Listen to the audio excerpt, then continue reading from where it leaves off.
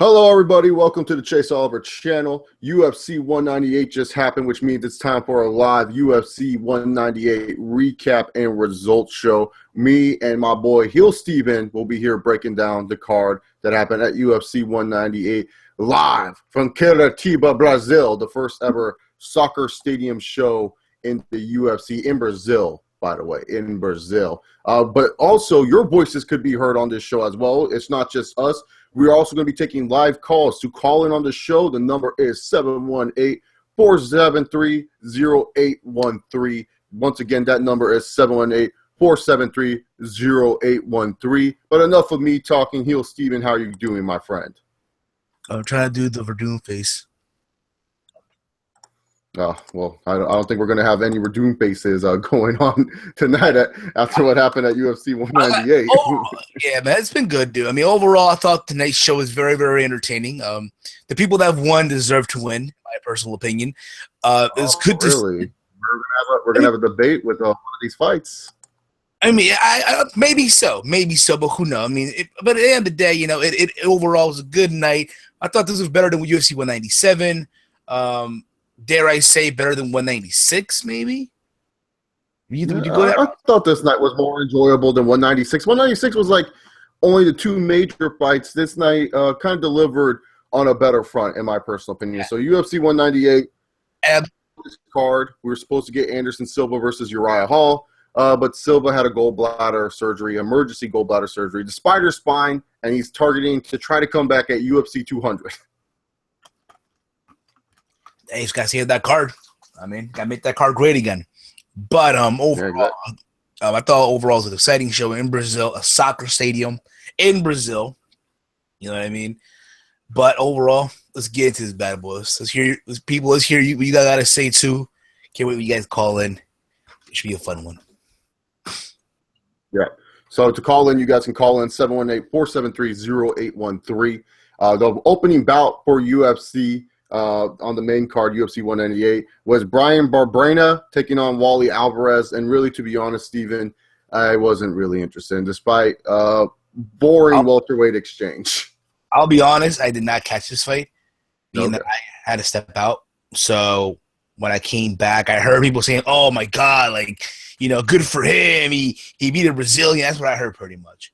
So yeah, it was pretty surprising. The Brazilians swept the prelim card. If you want to go check out a prelim fight, Francisco Trinaldo and Yancy Medeiros, they fucking killed each other. These guys were going at it. It was like Griffin versus Bonner status of freaking killing each other. So it was a really, really good fight, that one right there. But the rest of the prelims, Damian Maia dominated Matt Brown.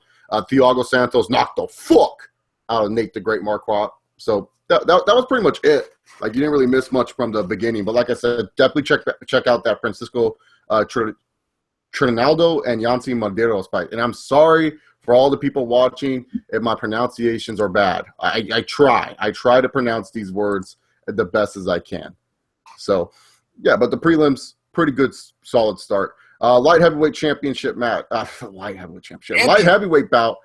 Had the title been Mauricio, had the title been devalued already to the show in Brazil? I just really confused for a bit. I was back in 2009 with Shogun. Yeah, I was back in 2009 thinking of Shogun being champ.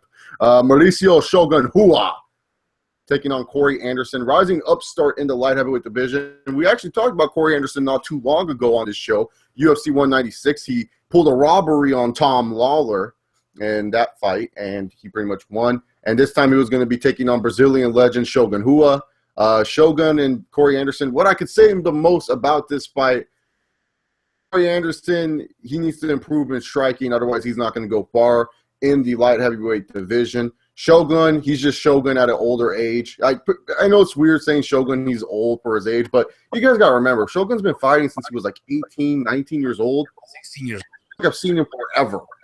I've seen Shogun Hua fight in MMA. So it's just like Shogun's kind of like an old man to me. He's like an older man and everything like that. But yeah, Shogun dropped Corey Anderson at the end of the first round. Looked like Corey Anderson was done. Second round, Corey Anderson took over with a bunch of takedowns. And then once again, Shogun dropped him.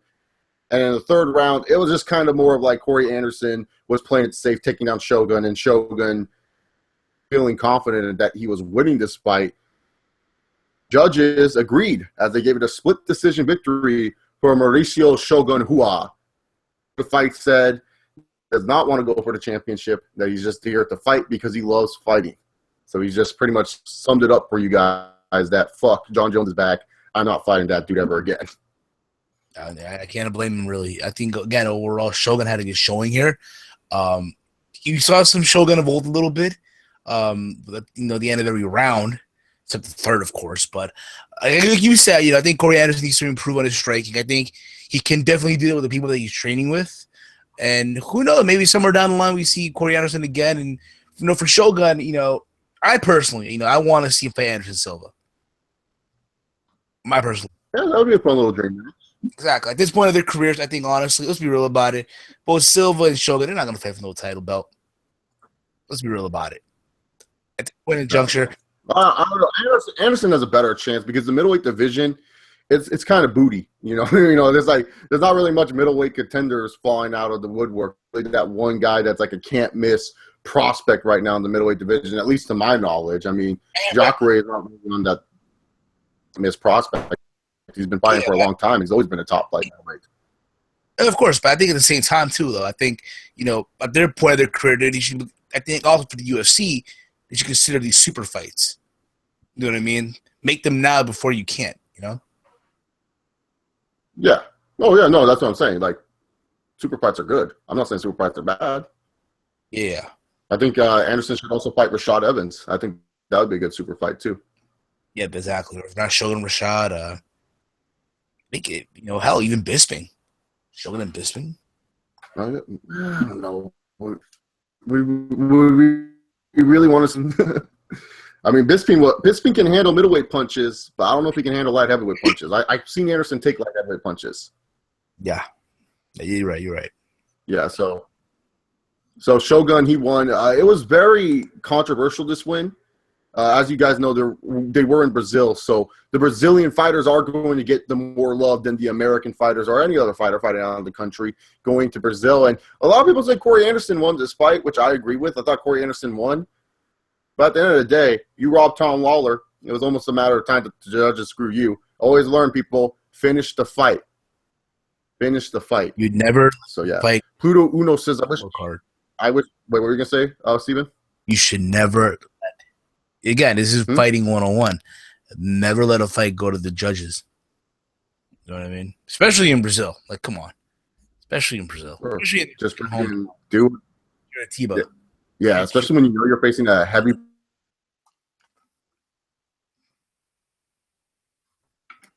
Chase, you lagged there for a bit, by the way. Yeah, so Pluto, I lagged there for a little bit.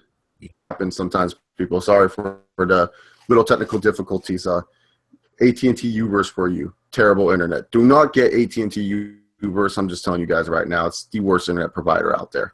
So, anyways, Pluto Uno said, I wish Anderson was able to fight. A Spider fight tonight, Steven. Were you missing the Spider Silva? A combination of both. Like, yeah, I get it because they're in their hometown. Again, Curitiba, Brazil is a soccer stadium. No matter what, you put Anderson on the marquee, it's going to sell. Especially with Uriah Hall, an up-and-coming guy as well. People are labeling, the next Silva, the next Silva, the next Silva, that. It would be a cool fight to see. But at the same time, though, I mean, it's one of those things where, if it happened, it happened. Yeah, exactly. I don't know. Do you think Silva would have schooled Uriah Hall? I think Anderson would have dicked around a little bit too much and maybe would have got caught with the knockout here. Probably. Honestly, I would have sense of upset. Okay, you're choosing the upset too. Yeah, I was choosing the upset. So anyways, once again, guys, you can call in on the show and talk about UFC 198 with us. 718-473-13 is the number. Now, after all these fights were gone, we're done. Wait, what were we going to say? It's toll-free. Oh, yeah, it's toll-free. Calling is toll-free. After all these fights were gone, it was time for us to go watch the real card of UFC. Pretty much the rest of these fights, they could have main evented another UFC, like a UFC on Fox or a UFC on Fight Pass type of deal, but the UFC put this big-ass ending lineup. So we got Cris Cyborg making her UFC debut, the current Invicta featherweight champion of the world, taking on Leslie Smith. Boy, what a fight this was for Leslie Smith. Oh, yeah. Is she the one that fought with the fucked up ear? Yeah, I think she is. Yeah. Okay. I'm gonna make this short and sweet. She got fucked up. She got fucked pretty much. And she had a lot of fucking nerve at the end of the fight. The nerve of this woman. The nerve to complain about the stoppage.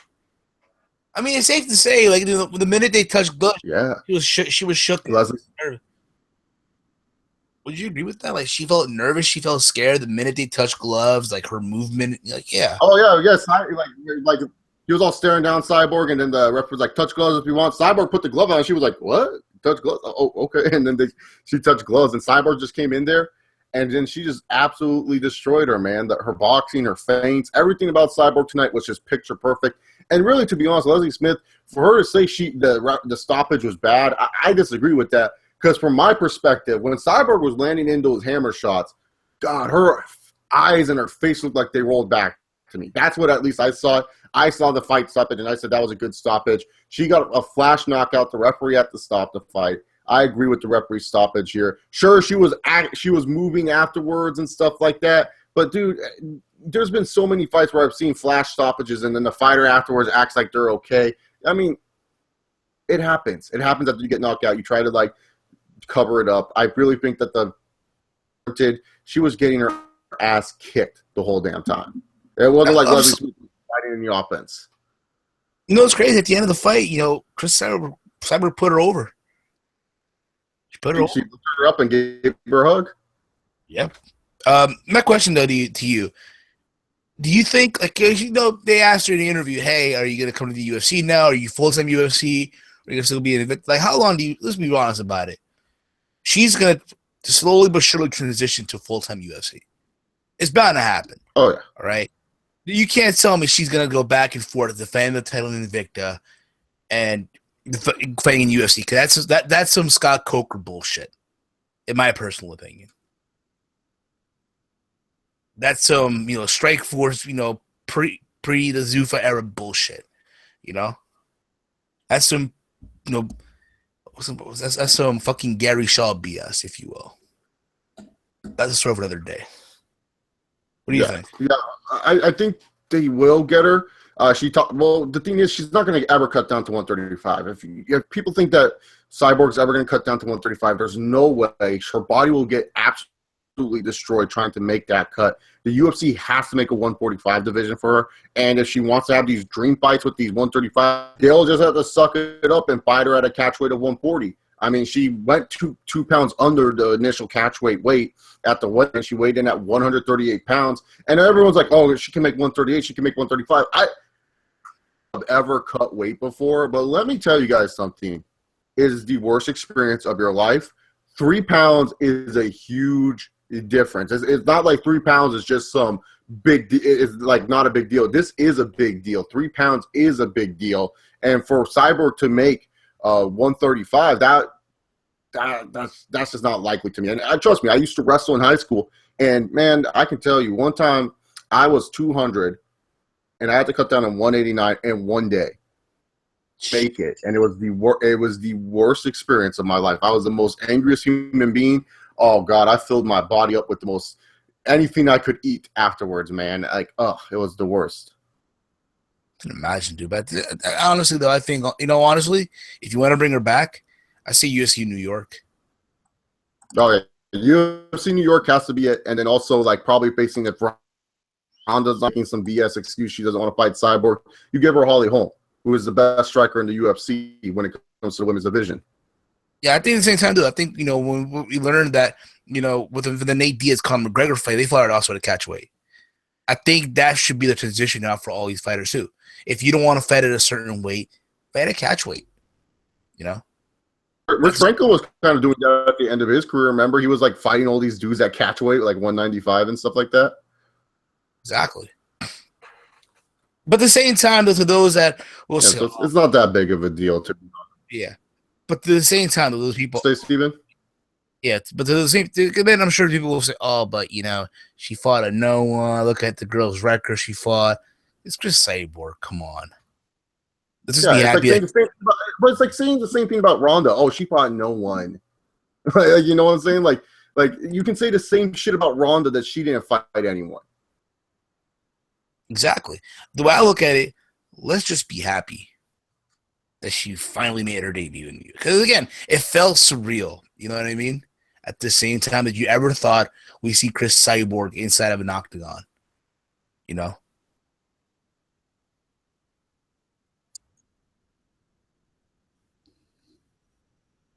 I think Dana White would put down Cris Cyborg, and now she's here, and now she's looking to dominate and kick some ass. So we're going to wait and see what's next for Cyborg Santos. Once again, guys, the number is 718-473-0813. Call in toll free to talk about UFC 198 with Heel Steven and I. That number is 718-473-0813. Anyways, up next, we have the Alligator Jacare Souza. Ronaldo Jacare Souza. Jacare is his nickname. His real name is Ronaldo. I don't think a lot of people know that. But yeah, Jacare Souza taking on the Phenom Vitor Belfort. This one was definitely to confirm who was going to face the winner of Weidman versus Rockhold this year. And so we knew that this fight was going to be a title eliminator.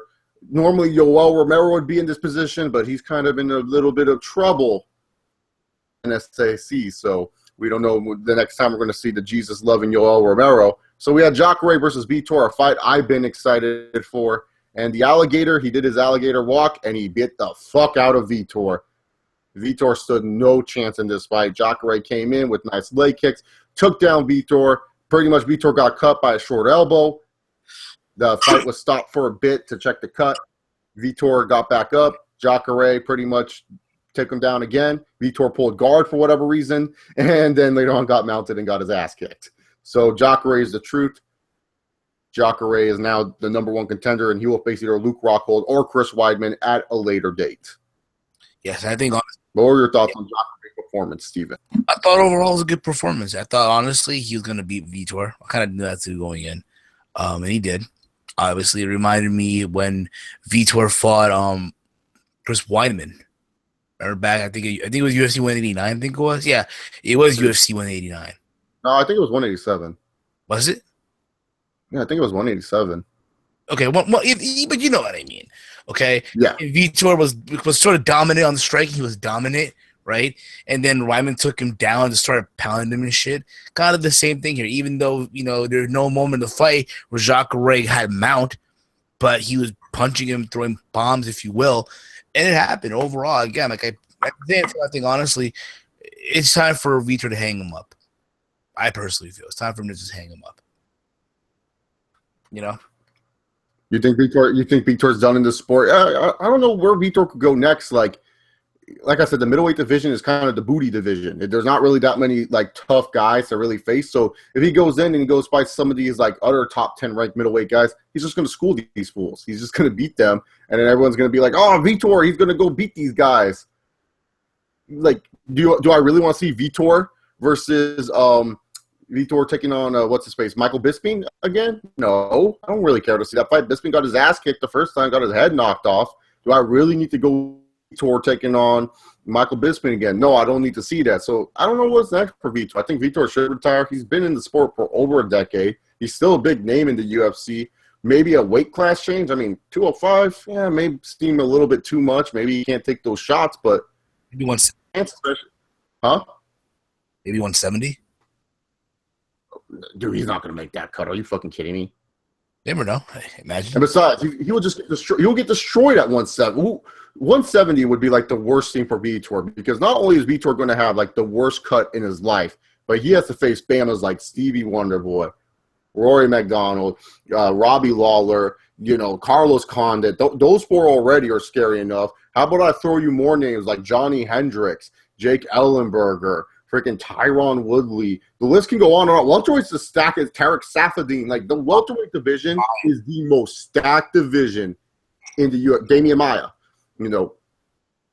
that's the most stacked division in the UFC. There's no way he would find any room in the welterweight.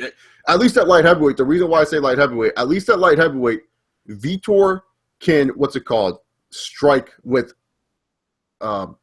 Rumble, strike with Glover. I don't know if he could take the shots, but at least there's a lot of guys who are more willing to stand and strike than just, want to take him down.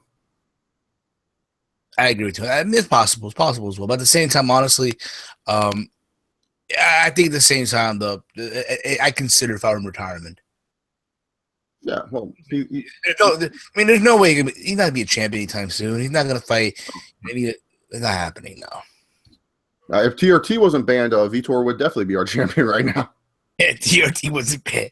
No, I mean, TRT Vitor was the greatest Vitor I've ever seen in my life. Like, TRT Vitor was killing people and shit. The straight shooter asks, who is Cyborg? Cris Cyborg Santos is known as famously retiring Gina Carano into trying to be an actor. No offense, Gina, you're hot and all, but you're not really doing a good job. But yeah, Cris Cyborg is pretty much a very dominant woman in MMA. She only lost once in her career. She was pretty much the monster that is Ronda now back then. She was the Ronda Rousey of women's MMA before Ronda, on a lower scale to an extent. Yeah, like not a lot of people knew about her pretty much. It wasn't until her fight with Gina Carano until she had kind of exploded on the scene. And then afterwards, she kind of took a backseat to Ronda, who exploded on the scene with her fight with Miocic Tate the first time in Strikeforce. And that's when Ronda became the megastar she's known as today. So, for all you guys out there. But Vitor pretty much got his ass kicked. Jacare, the Alligator, is going to go on to face Rockhold or Weidman. So, is Jacare going to be the future middleweight champion here, Steven? Nah, I don't think so. I think who do you think Jacare wants to fight? Does he want to face Rockhold again, or does he want to face Weidman? That's a good question.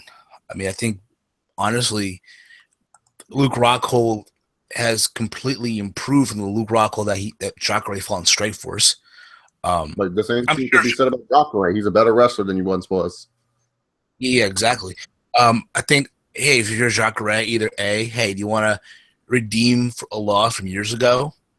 Or, do you want to fight Weidman? I mean, it's one or the other. Personally, I think Rock's going to retain. My personal opinion. So either way, it's whatever happens at this point in juncture, For me, I think Jacare bullies the fuck out of Chris Weidman and has a close fight with Luke Rockhold. I'm sorry, Weidman, he's good on the ground, but I've never seen Weidman on his back before until the Rockhold fight when he was on his back. But, dude, he got his ass kicked. And Jacare, if he takes him down, it's not going to be a good sight on the ground for Chris Weidman. Jacare is just so good on the ground, being able to control his opponent and his posture. I just think Weidman's done if he gets taken down by Jacare. But Rockhold, I think, is a little bit more of a closer fight. I agree with that too. But like I said, though, anything can happen. That's the beauty of the sport, right? Anything can happen. Yeah, so if you guys want to call in, the number is 718-473-0813. Call in toll free to talk about UFC 198 with Teal Steven and I. Number, once again, is 718-473-0813. All right, Steven, it's time for the main event of the evening.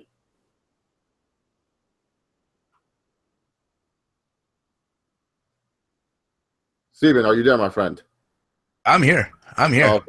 My shit froze up. Fuck AT&T Uverse. I was just doing the, what's it called? The fucking, the Werdum. Oh, the Werdum face. Did you hear apparently the mask? they made masks, right, for Werdum, for people to wear at the weigh-in. Oh, really? And it got banned. Like, they were not allowing the mask to go into the stadium and shit for the weigh-ins. Well, I can understand why. You don't know if someone's going to try to shoot up the place or whatever. Yeah, no. Damn. So, anyways, Miocic shaking off Fabricio Werdum. Werdum was looking to add on to his heavyweight legacy, being one of the only men in the world to submit Fedor Emelianenko, Minotauro Nogueira, Cain Velasquez, and now he was looking to defend his belt for the first time against the up-and-coming Stipe Miocic, the Croatian that resides in Cleveland, Ohio. Right. I don't know about you, but I find this annoying. When it's the first time they're defending the belt. The first time, okay? Why is the fucking Bruce Buffer goes, the rating? Like, he's defending the belt for the first time. How is he the reigning defending? You know what I mean? Like, well, he is defending the belt. He's defending he's the reigning and defending champion. He's holding the belt.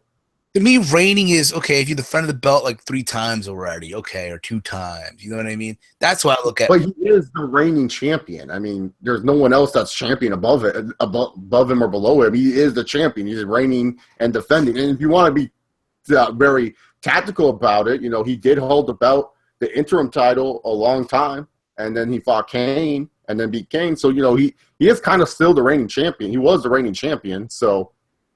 I mean, I don't know why you're annoyed by that. I'm more annoyed by Joe Rogan saying every time someone's a champion, he is the absolute greatest in his division. Like, yeah, he's a champion, but is he really the absolute greatest? No.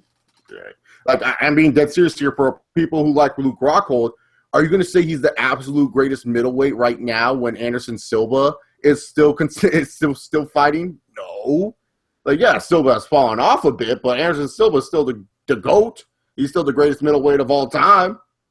I don't get this whole just because he's champion, he all of a sudden gets into great category. Like what? Brock Lesnar is now considered one of the greatest of all time. Sure, Brock Lesnar in the pay-per-view buy rate scale, yeah, he's one of the greatest, but no one's going to say that. Is JDS a great of all time because he won the heavyweight championship? I'm just saying that bugs me more than what you're nitpicking now. I don't know why you're nitpicking about this whole reigning thing. That's just me. I don't know. To me, when I think of reigning, I just think of, okay, defend the belt more than once. That's just my opinion. You know what I mean? I don't think that's a big deal, Steven. I think you're just nitpicking just to nitpick. Maybe so. I mean, again, it was a long night. It all ended with one punch, but Yeah. So freaking Werdum, as I will say, got knocked the fuck out in the knockout of the year by Stipe Miocic. Oh my God. He gave no respect to Stipe's stand-up game. He gave no respect. Werdum was chasing him down, thinking he was going to do all this massive damage on him, and Stipe just caught him flushed and knocked him out. That's what you get, Werdum. Fuck you. You notice this or not, but how out of shape Werdum looked. Look out of shape. He looked great. He looked like he had a belly. To me, they're heavyweights, Steven. They're not going to have all packs. I'm not saying pack. I'm not saying physique, but damn, for a guy that was late, that hadn't fought over a year. I'm just saying. Again, that's just me, of course. I'm just saying. He didn't look out of shape. In the comment section, Steven just being weird right now with this main event about Werdum being out of shape. Did Werdum look out of shape? He looked like Fabricio Werdum to me. I know. But overall, I wasn't a fan of the theme song that he came out to. I think it was MGK, whatever. Of course, it's Cleveland, of course, but yeah. Yes, he has to come out. I thought he can't. Didn't Corey Anderson come out to the same freaking song? I'm on a new level. No, he came out to I'm on a new level. I'm on it. On the UFC it's on the UFC 2 game. Okay, so Stipe Miocic, he wanted the shot and he got the shot. He got the shot, and he made the best out of it. I'll be real. I thought this fight was probably gonna go, but then again, nah, not really. I knew it was gonna be a fucking 1-round fight. They're heavyweights. They're fucking heavyweights. I'm sure somewhere out there, Rafael Cordero is, sad, depressed now that the shoot the box just went. Yeah. So, and that's what happens, man. That's what happens when you disrespect someone's stand-up game, man. You like Stipe said in the video, can't really do your jiu-jitsu if you're knocked out. You can't really do your jiu-jitsu if you can't set up your strikes, and that's the problem. Werdum he couldn't get that first takedown, so he felt that you need to get Stipe leaning a little bit before he go for the takedown. And really, to be honest, if Werdum wanted to win this fight, he should have just pulled guard or tried to get him in guard or whatever. So, yeah. It happens. That's what happens. It happens to the best of them. So Werdum, he's not out of the heavyweight title picture because the heavyweight division is probably the second most bootiest division. Like seriously, there's not really that much contenders in the heavyweight. You can name all the contenders of the heavyweight division on your finger. It's JDS, Overeem, Alistair Overeem, Andre Orlovsky, which is amazing. Andre Orlovsky, Velasquez. Politics alone, you can say Travis Tate. No, Travis. Oh yeah, Travis Rousey. Travis Rousey. What are you talking about? Brian Kerrigan's dating Miocic Tate. Come on. I'm sorry, I botched there, but Travis Rousey. Yeah, Travis Rousey. So yeah, you can name all the heavyweight contenders. It's the second most bootiest division in the UFC. Middleweight's still the most boot. I don't know. Flyweight's pretty booty, so flyweight's probably the most bootiest division. I have to say now, from based off what we saw today, but from what we heard in commentary, Overeem's probably next. Well, yeah, that's kind of obvious. They kind of said that he was going to be next. Overeem Miocic? How do you see that fight going out? I do not know, because Overeem is under the Greg Jackson philosophy now. He won with the waterfall. He understands movement and all this other stuff. So I don't know. Overeem, he's my boy too. Gotta represent the Dutch. Gotta represent the Dutch, man. He's my boy. Holland and everything, man. So no more person. I don't know. Miocic, but Miocic is such a scary fighter, man. He has that he's legit. When they say someone has one punch power, that's Stipe Miocic. He has that one punch power. He hits you with that punch. Boom, it's over. We saw it with Orlovsky. We saw it with Fabricio Werdum. He has that one punch power. He was walking backwards and boom, got knocked the fuck out. So it's just and he has really solid takedown defense. He's an overall complete fighter. That's what Stipe Miocic is. He's an overall complete fighter. He's not going to beat you via jiu-jitsu or anything like that, but he knows how to make sure he doesn't go to the ground through his game plan. And his game plan worked. Indeed it did, absolutely. And you know what? Congrats to Stipe Miocic. Cleveland now finally has a champion they can be proud of. No, it's not LeBron James. No, yeah, it's not LeBron. It's Stipe Miocic. You brought a world title home to Cleveland. I wonder how much they really care about it. I think they're just kind of I don't know. If you guys live in Cleveland, I don't think Stipe Miocic. I don't think people in Cleveland even know who Stipe Miocic even is. Yeah, that's what I'm saying. I don't know how many of them actually care. So, ooh. Yeah. So, anyways, once again, guys, 718-0813. Call in. Live phone calls. We want to hear your thoughts on the 8. All right, Steven, WWE Champion Sucks 75. What up, my man? Asks, who has the best jiu-jitsu out of these 3 men who are all fought tonight? Werdum, Jacare, or Damian Maia?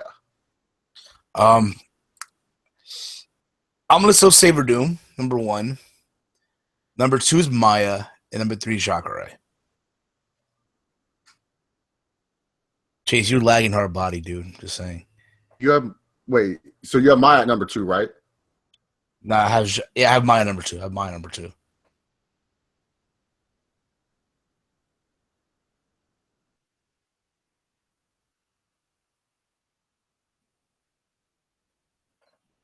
One, because he's a boss. I think Maia's the best jiu-jitsu guy in MMA. He just has more variations to me than Werdum does. So I got to go with Maia. Okay, that's fair enough. I mean, again, you can go either way with it, though, in my opinion. But again, Maia has also good jiu-jitsu, too. Until you fought Jake Shields, but, don't happen that fight. I just think because Maia, once he gets into the ground, he controls you. Werdum, I don't know if he really has that great of control compared to Damian Maia. I don't know. You have Werdum from back in the day, yeah. Oh, yeah, Werdum back in the day, yeah. But Maia today, if he gets Robbie Lawler to the ground, that's over for Robbie. Yeah. Robbie hates being on the ground. That's why he has that great takedown defense. Yeah. But, guys, if you want to call in, 718-473-0813. Call in now. Don't be scared. Don't be shy. It's toll free. Let your voice be heard. Your thoughts on UFC 198. Your thoughts on Stipe Miocic becoming the new UFC heavyweight champ. Your thoughts on Cris Cyborg. Your thoughts on Vitor Belfort. Is he done or is he still? Let your voice be heard, guys. Call in. Let your voice be heard on UFC 198. Aisha Boss asked fight of the night for you guys, that prelim fight. That prelim fight, which was Francisco Trinaldo taking on Yancy Medeiros. Those guys just killed each other. So that's fight of the night. Performance of the night goes to Stipe Miocic. Yeah, I agree. People are asleep at this hour, guys. LOL. That's true. That's true. People are asleep at this hour. It depends, though. Depends. If you're on the East Coast. Then again, it's a Saturday night going to Sunday. Who works me? Then again, I'm off tomorrow, but Well, I don't know. There's some where you have to work in the morning. Yeah, there's people that work in the morning. Shout out to all the people that have to work in the morning Sunday. Shout outs. Going through the struggle. That is around the point.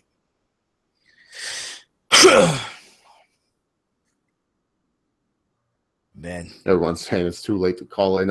Hink wants to call in. I put the number in the chat, Hink, so maybe you can call in, and then we can wrap up the UFC 198 with your thoughts on this show. I will say this. It was a good show. I liked it. Mile, $60, and to watch it in HD. So I thought it was good. It was worth my $60. Enjoyed it thoroughly. That kind of But the last 3 fights were all killer fights. I don't care if a fight goes short. And for all these people that bitch and moan about that part of UFC, shut up, man. It's the fight game. That's the beauty of watch the fight game. It's like boxing. Did you all complain when Canelo Alvarez knocked out Amir Khan in the 6th round? Did y'all complain? Did y'all complain when Pacquiao Mayweather, went all 12 rounds, but nothing happened? That's the beauty of the fight game. You know what I mean? Yeah, exactly, man. The way I see it is this, man. Like, I pay to see certain fighters do certain things. Like, the main reason why I paid for this card was to see Cyborg kick ass. I did want to see Anderson take on Uriah Hall, but that didn't happen. But there was other reasons why I bought this card. I want to see Jacare versus Vitor. That's been a fight I've been excited for years. And then also the main event. I'm a big Stipe guy. I really like how this guy fights. And so I wanted to see Stipe Miocic kick the ass out of Werdum. I got my money's worth. I got what I thought was a good card. Just because the fights end quickly does not mean it's a bad card whatsoever. Exactly. Absolutely. You pay for certain reasons. You pay $60. That's just how it is. That's just how it is. You pay the $60 and that's it. Exactly, dude. Yeah. WWE champion sucks 75 asked Steven, is Damian Maia going to get a title shot? Nah, not right over. He's in the top 10. I know that. But where is he ranked? Like, what, number 3, number 2, number 4? Where is he ranked right now? WWE Championship sucks. I'm going to make this answer short and sweet. Go on Google Wonderboy Thompson. And then afterwards, ask that question again, is Maia going to get a title shot? Because if Wonderboy kills Rory or has a great fight with Rory and he wins, no way in hell Maia's ever going to touch that title. Because here's the thing. Fighting fights. He's an excellent fighter. But it's like with John Fitch all those years, how John Fitch wanted a title shot. He never really got it and everything like that. Just because a guy is winning fights and he's being effective does not mean he deserves a title shot. Damian Maia is not an exciting fighter right now. Stevie Wonderboy Thompson is an exciting fighter. And also Stevie Wonderboy Thompson has been destroying opponents. Okay, I'm not just saying winning fights, destroying opponents. Can you imagine if he fights Conor McGregor? I'm just saying. Who? Stevie Wonderboy Thompson. I thought Damian Maia would kill Conor McGregor too. Conor McGregor would do. If Conor McGregor thinks he could beat Damian Maia, he's fooling himself. Damian Maia will just go take down Conor, and Conor will be doing what he did with Nate Diaz. He wouldn't know what the fuck he's doing down there. So let me ask you this question: there's been these rumors now going around. Apparently, Floyd has said, "Oh, it's not a rumor." He thoughts on this potential Mayweather McGregor fight. Mayweather McGregor fight. Look, if it's boxing, it's the obvious answer. Mayweather's gonna win. If it's MMA, Conor's gonna win. Look, unless Floyd could get this in ring, that's the only way it's going to happen. He's not going to go in the cage unless they give Floyd Mayweather 2 years to train. Give Mayweather 2 years to train for this fight. He would at least stand a bit of a chance because he'll learn certain things about MMA and all this other stuff. But if it's a boxing match, oh my God.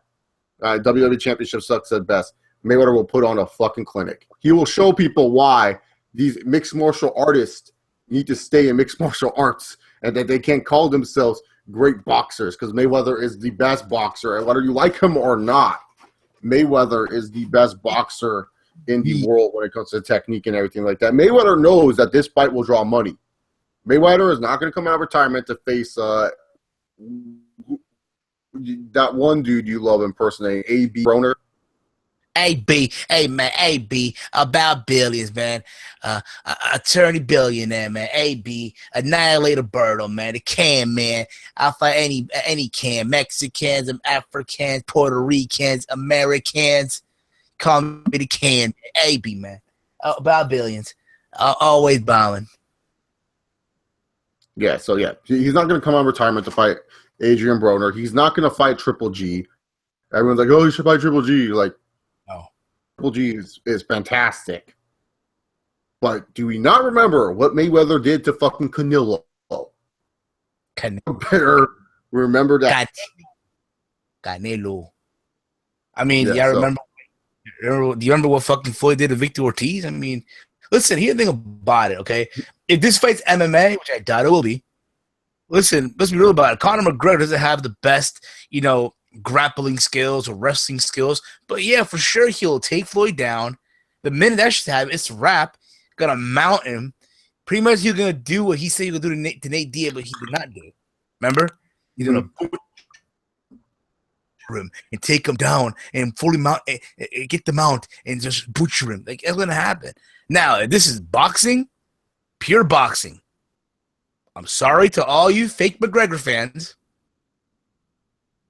but Conor's fucked.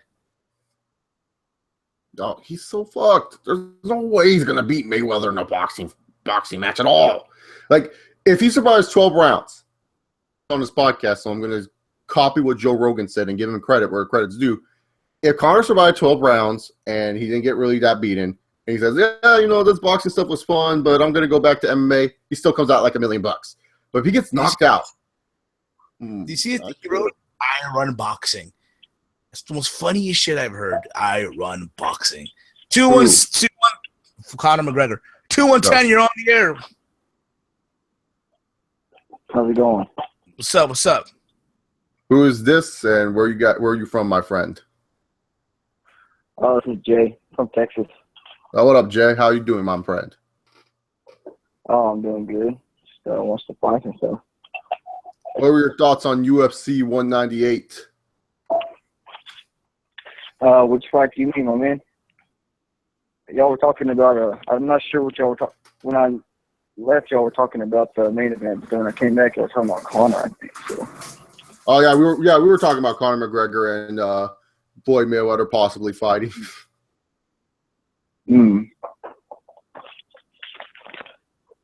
Oh, but no, it was a pretty good card.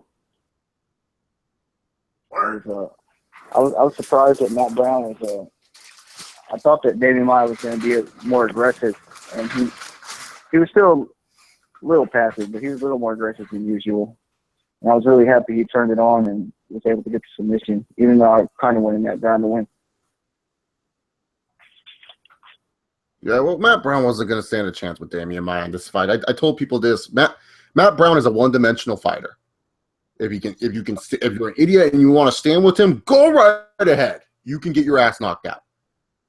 A complete fighter is going to destroy Matt Brown any day of the week. Matt Brown's just a one-dimensional dude. I think he's game though. he still did really well against Robbie Lawler, a lot better than a lot of people thought he was going to do. And even this fight, he got tempted by the low-hanging fruit, and Damian Maia kind of flopped for a second. And he chased him the second or third time, whichever it was, and went to the ground with him. That was his one chance to win. He was so patient, but then he just wasn't patient for that one chance he had. So he really lost on his own, and it's pretty obvious he was probably going to lose if the fight went to the ground like it did. Yeah, Brown, he's still going to be a name in the UFC. He's always going to put on great fights, so it's not like he's done with the company and stuff like that. Oh yeah, of course. I mean, I'm open to seeing once again Hendrick versus Mike Brown again. Matt Brown. I'm open to seeing that again. Are you guys? What, Robbie Lawler or Matt Brown? No. No. I don't know. Johnny Hendricks. I'm sorry, Johnny Hendricks. Oh no! Are you kidding me? I mean, didn't they? Yeah, but just to get something to do. I mean, hey, why not at this point in junction? Oh no, you. I thought Johnny Hendricks 100. Johnny Hendricks got knocked out by Wonder Boy. Johnny Hendricks' mindset's going to be, my left fist ain't as strong as it used to be, I'm just going to go wrestle fuck now. Hey, he doesn't have his restaurant holding him back anymore, man. He might get the win. Who knows? Hey, listen, man. His restaurant closed down. I thought I won the fight. That's a terrible Johnny Hendricks. That's a terrible Johnny Hendricks. He has a redneck accent. He's like, man, I thought I won. I won that fight against George. Exactly. What else, Jay? What else do you want to talk about from UFC 198? I'm pissed that I didn't get home in time. I started traffic and I missed Little Nog's win. I saw the replay after Werdum embarrassed himself. They showed the replay, I guess, of the Little Nog fight, which I hadn't caught yet. So that was cool. I didn't see it live, but I still saw it kind of live. It's good to see him win in Brazil. I'm surprised he won. I'm actually surprised he won that fight. I thought Patrick Cummins was going to come in and take him out. Yeah, me too for some reason. But then again, how so? With decision, or you thought he was going to tail him, or just wrestle him, or grapple him, pretty much take him down. Yeah, wrestle him down, beat him up because Nog doesn't really have a chin anymore. Little Nog's chin is kind of gone. Yeah, it just seems Rumble like Johnson. How much of his strength and his will is sapped. Not disrespecting him at all. It's just he just doesn't have what he used to have. I was happy that he won. Yeah, no, I'm fine that he won. I was just surprised that he won. That because I didn't think he was going to win this fight. I thought Patrick Cummins was going to win. Yeah, I like Patrick Cummins too. He's pretty cool. Anything else that interests you from UFC 198, Jay? Oh, no, not really, man. I just haven't talked to you in a while, Chase. I don't know if you remember me. We used to chat a little bit way back in the day. But, hey, I'm around. You have JDS as a profile picture and stuff on Skype. I'm sorry? Say again, please. You had JDS as your profile picture on Skype. JDS? No, I have. Isn't it I think that's me. Let me check. I think that's me on my profile. No, back in the day, you got JDS on Skype, and we used to talk about all the other fights. And I remember I was telling you, I remember last time we talked, I think it was Velasquez versus Dos Santos 3, actually, funny enough. Oh, okay. You could be right. I thought you meant right now. I apologize.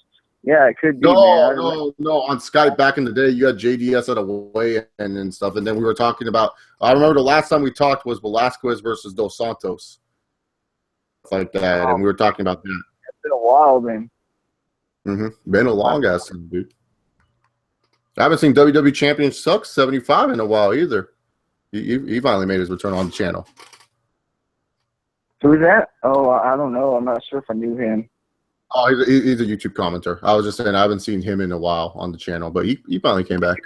The MMA analyst, maybe like 5 or 6 years ago on YouTube. What do you have, Steven? Sorry, I couldn't hear. Say that again. If you, I think. I'm sorry.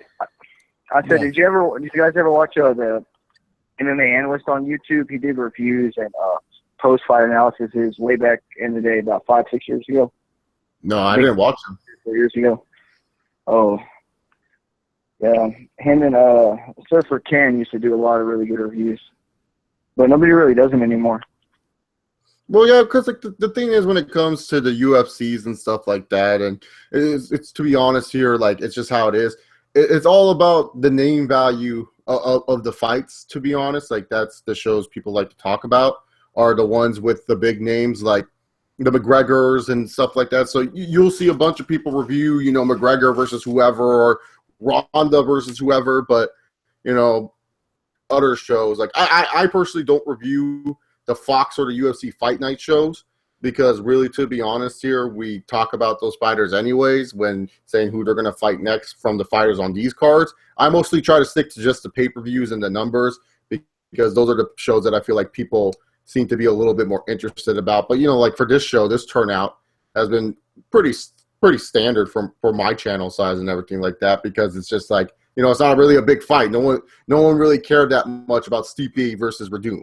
You know, this wasn't a fight that a lot of people were excited for, but I was personally excited for it. You know, UFC 199, I'm excited for too. Can't wait for that one. And there's a lot of good fight nights coming up that are going to be good. You know, you got that Almeida versus what's his name, Cody Bargant. So that's going to be a good fight night. You know, a lot of heavy hitters on that show. You got the fight night after UFC 199, Wonder Boy versus Rory. That's going to be a great show as well. And so, yeah, you know, I mostly just talk about the number cards for the most part. Speaking of number cards, a little, I don't know if you guys would care or not, but whatever it may be, in the world of Bellator MMA. Oh, yeah, Bellator 158 happened. 154, actually.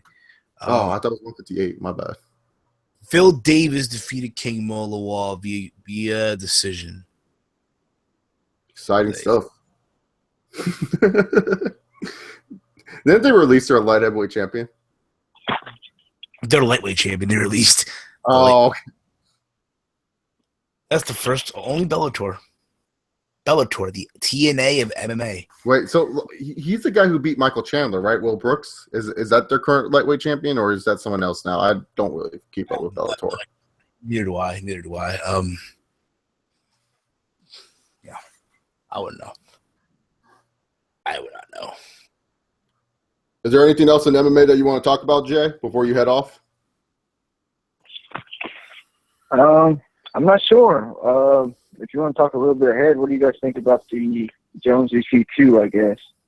Since I don't have too much else to say about the event right now. Jones?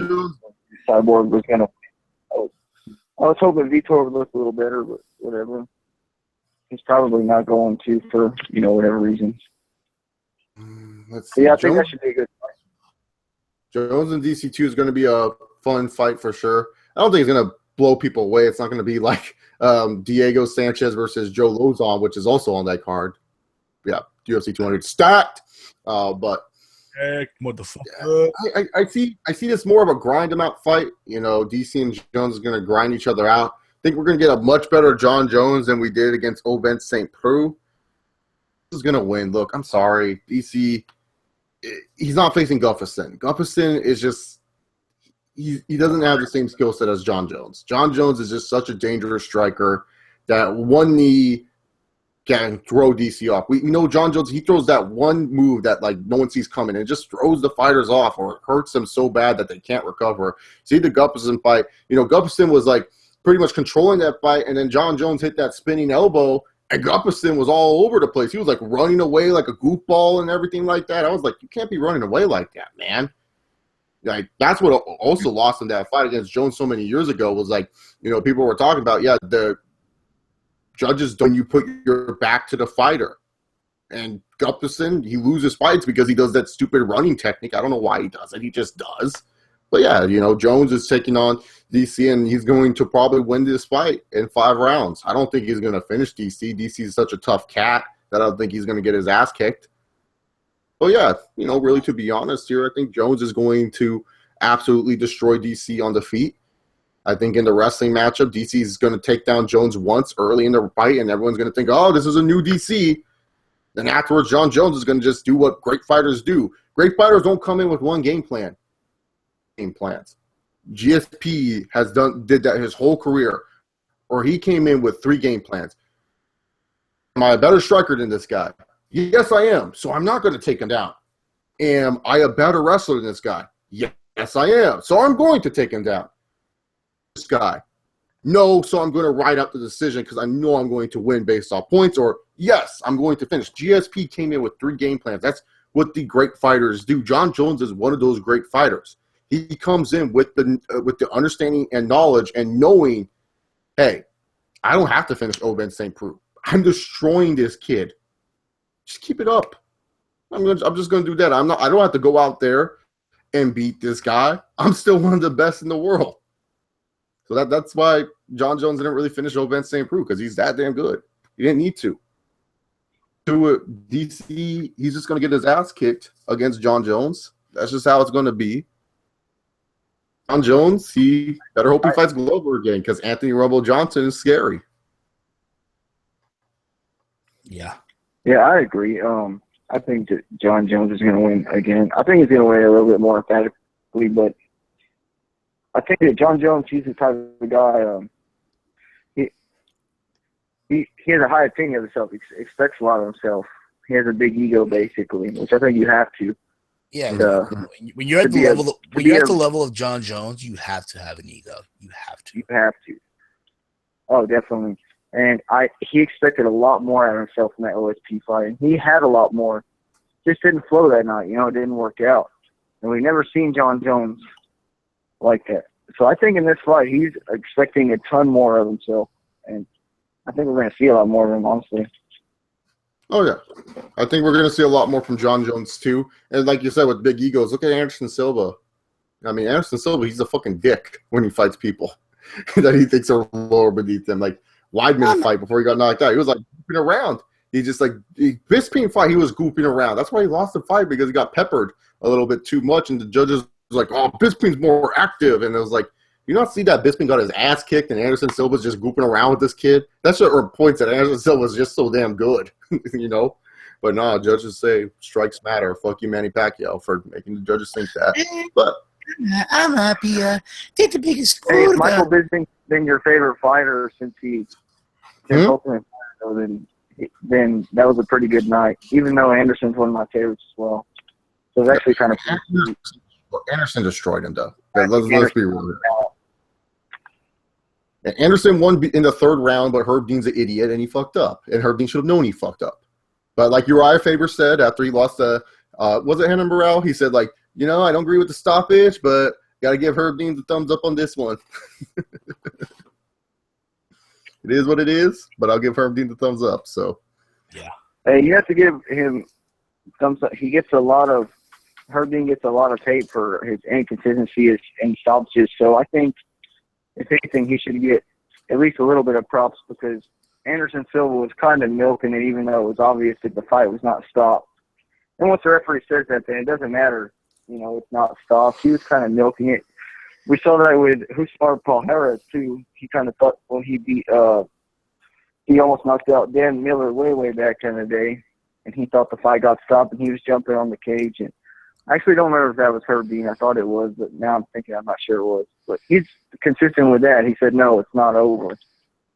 Yeah, but the fight was over. Bisping deliberately spit out his mouthpiece. I truly believe it. If you watch that film again, when Bisping started getting peppered, he spit out his mouthpiece, being like, look at the mouthpiece. I thought the rule of the fight, too, in the fight game is pay attention at all times to the fighter across to you.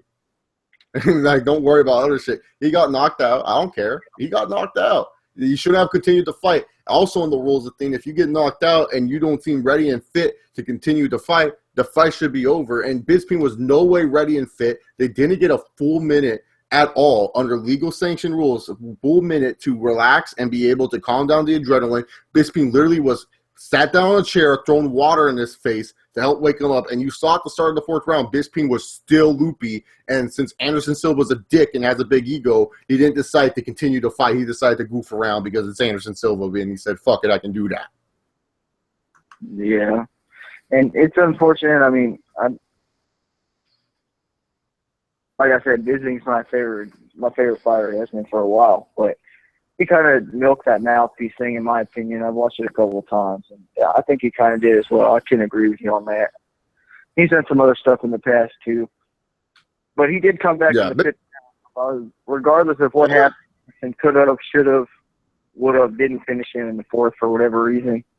Didn't try too hard, and he came back, and so I mean, it just depends. I had interest in winning the fight, honestly, but I could see how it was kind of forbid me. I'm not gonna like argue it to the death. Like, I see why some people think he won. Yeah, if this was Vegas, just saying Bisping would have been considered a loss. But since it was in England, it was in his town. Yeah, he's gonna win. Of course. Yeah. I don't know. I mean, we saw Barberena and Alves today, and that was in Brazil. So you never know. But Barberenas was clearly winning that fight. There's no way you could BS the crowd on that one. Like, you knew that when the Brazilian crowd's not doing "Humate," or saying the person's name in the chant, you know he's getting his ass. Yeah, I mean, I had Barberena win the fight, but I mean, so many times. Corey Anderson and Shogun, you can argue that maybe Shogun won fight. That's why Brazil judges gave it to him. Fight. You can't judge Alves. You can't say Alves won that fight. He was getting his ass kicked. Oh yeah. I was just using it as an example. I mean, because All right, Jay. Anything else for us in the world of MMA that you want to talk about? No, just you guys have a blessed night and have a good. Keep up the all show. I watch it. You know, I don't watch it like I used to at Chase. I don't watch your videos all the time like I used to because I can't due to time constraints in life. But keep up your thing, man. I like that you're still making videos all these years, man. I wish you made more MMA. I don't really watch. Oh yeah, I wish I could do more MMA too. It's mostly work. I try. But yeah, man, keep doing your thing, and y'all have a good one. All right. Thank you, man. All right. All right. Later, Dick, call in 199, which is next month. Is 199 or later this month? I think it's next month. June 4th, I think it is. Yeah. Okay. Okay. June 11th. I think it's June 11th actually. I could have sworn they said June 4th. Whatever. Just call in for June 4th so we can talk more MMA. Yeah, if you guys didn't know, I've actually surpassed 5 years here on YouTube. So that's pretty crazy if you think about it. Done this for 5 years. Holy shit. But yeah, anyways, that's it for UFC 198 recap and results. WWE Championship sucks. Season TNA is way more exciting than Phil Davis ever would be in his career. Let's be real and honest with you here. But glad to see you back on the channel. Shout out to Blue Knight, the straight shooter who watched one of his only UFC events without Ronda Rousey. He was tweeting funny stuff. He said that it took UFC balls to put over Stipe Miocic and the Brazil crowd, which was really funny. I liked his wrestling take on the UFC. Aisha Boss, one of my Q&A people.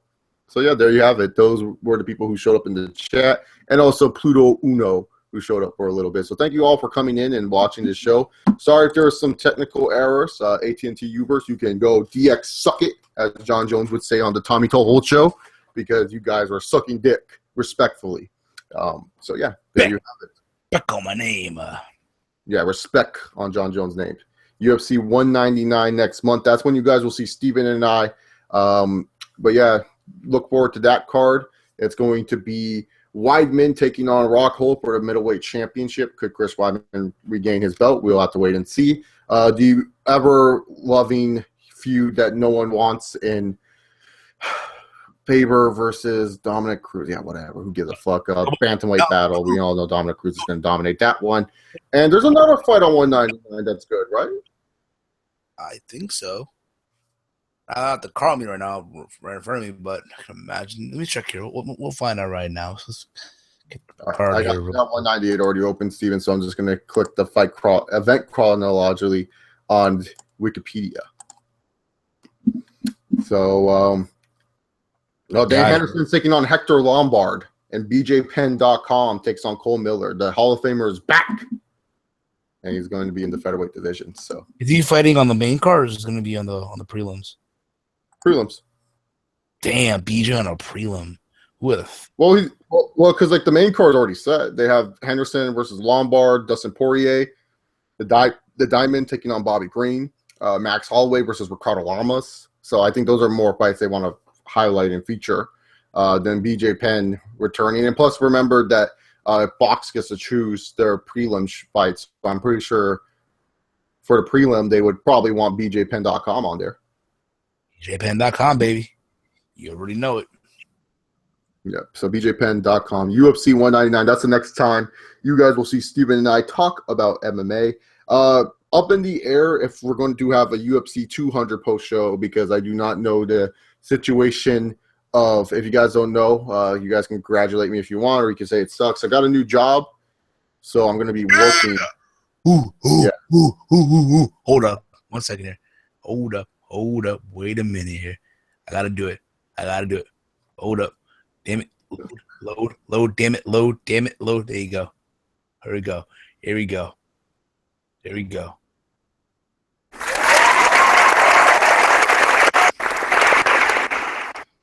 I guess congratulations are in order. So, yeah, I got a new job, did a good job in the interviews and everything. So I just don't know when it comes to uploading schedule if we could do live shows or whatnot. And so, yeah, I might be scheduled that day at work, especially since I work at a place where, working on the weekends is pretty much like the best time to work. So, yeah. So I won't tell you guys where I'm going to work. The reason being is because I don't want to throw out my employers' names out there, and I do not want it to be where, I can cause distractions. On YouTube, hey! Yeah, exactly. I don't want those distractions at work. I know there's like only probably 3 people from my area that watch my content, but still, you never know. So anyways, thank you all very much for watching this recap and stream. You guys can check out Heel Steven, youtube.com/Heel Steven. You can follow him on Twitter @Heel Steven. Also check out the Team Heel podcast live on Mixler, Stitcher, Shout Engine, and a bunch of other different things. iTunes, SoundCloud as well. I'm a regular on there. We talk MMA on there as well, and also WWE wrestling.